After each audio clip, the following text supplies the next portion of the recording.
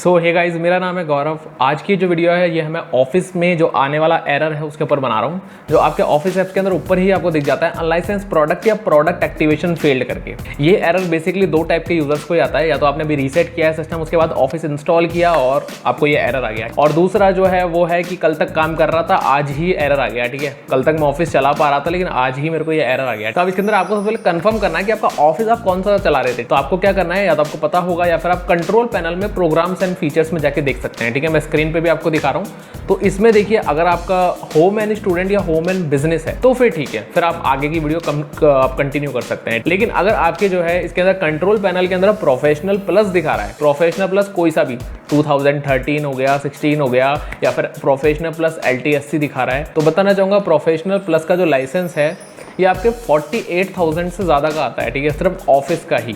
तो अगर आप ये सोचते हैं कि ऑफिस आपको प्री इंस्टॉल्ड मिला था, तो फिर देखिए आप पायरेटेड ऑफिस यूज़ कर रहे थे।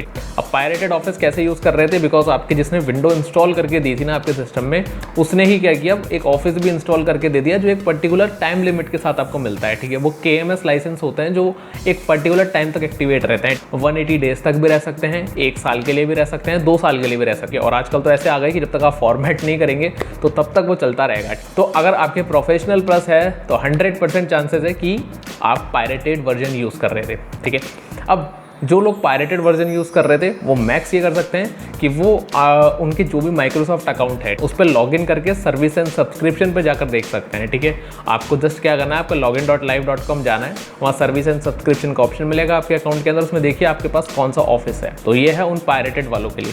अगर फिर भी आपको लगता है कि आपका जेन्युइन ऑफिस ही था, सर सिस्टम परचेस करने में बिल पे भी लिखा हुआ है कि जेन्युइन ऑफिस मिला है, तो या तो आपको एक एक करके माइक्रोसॉफ्ट अकाउंट चेक करने होंगे या फिर आपकी प्रोडक्ट ID से माइक्रोसॉफ्ट में कॉल करना होगा। ठीक है, आप अबाउट योर PC में जा सकते हैं और आपकी प्रोडक्ट ID दिखेगी वहाँ पे। अगर प्रोडक्ट ID के लास्ट में AAOEM है, ठीक है ना, OEM वर्ड याद रखिएगा, प्रोडक्ट ID के लास्ट में OEM है, तो माइक्रोसॉफ्ट में आप कॉल करके कंफर्म कर सकते हैं कि लाइसेंस मिला भी है या नहीं मिला। ये उनके लिए है जिनके कंट्रोल पैनल में प्रोफेशनल प्लस दिख रहा है, जो 80% केसेस में दिखेगा। 80% जो ये व्यूअर्स जो वीडियो देख रहे हैं मेरी, उनके कंट्रोल पैनल में 80% लोगों के प्रोफेशनल प्लस ही मिलेगा। अब आते हैं हम सेकंड कैटेगरी पर। सेकंड कैटेगरी है होम एंड स्टूडेंट और होम एंड बिजनेस वाले। ठीक है, कि सर होम एंड स्टूडेंट है मेरे कंट्रोल पैनल के अंदर, ऑल्सो आपका जो ऑफिस ऐप आप यूज़ करते हैं अगर उसके अंदर भी होम एंड स्टूडेंट ही है, क्योंकि कभी कभार क्या होता है कंट्रोल पैनल में तो आपको होम एंड स्टूडेंट दिखता है और आपके जो ऑफिस ऐप्स है उसके अंदर आपको प्रोफेशनल दिखता है। तो जिनके कंट्रोल पैनल में होम एंड स्टूडेंट है उनको क्या करना है, उनको भी सेम ही करना है, या तो आपके माइक्रोसॉफ्ट अकाउंट जो है उस पर एक एक करके लॉगिन करके चेक कीजिए। ठीक है, login.live.com पे गए हम, वहाँ पे हमारा अकाउंट लॉगिन करा, वहाँ पे सर्विस एंड सब्सक्रिप्शन का एक टैब मिलता है, या तो लिखा हुआ होगा या फिर आइकन होगा। ठीक है, तो उसमें जाकर आपको चेक करना है कि उसमें ऑफिस नीचे दिख रहा है क्या। आपको एक कैटेगरी मिलती है प्रोडक्ट यू हैव परचेज्ड करके,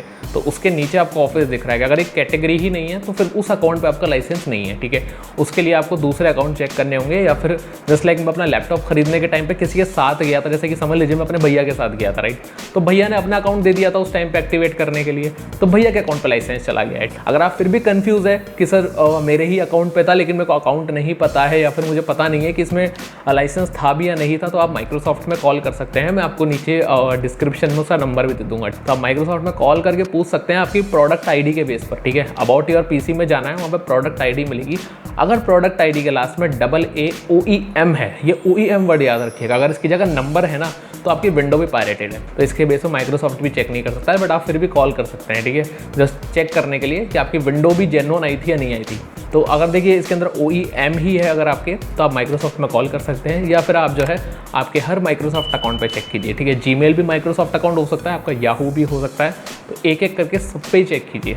ऑल्सो देखिए, जिन्होंने प्रोफेशनल प्लस इंस्टॉल कर रखा है, जिनके इंस्टॉल्ड है, वो भी अगर AAOEM है प्रोडक्ट ID में, वो भी जाके माइक्रोसॉफ्ट में चेक करवा सकते हैं। ठीक है, क्योंकि हो सकता है कि उनके भी प्री इंस्टॉल्ड मिला हो, लेकिन ये जो इंजीनियर होते हैं जो विंडो वगैरह डाल के देते हैं आपको, इसने पायरेटेड खुद की साइड से डाल दिया होगा, तो आप एक बार चेक कर लीजिए।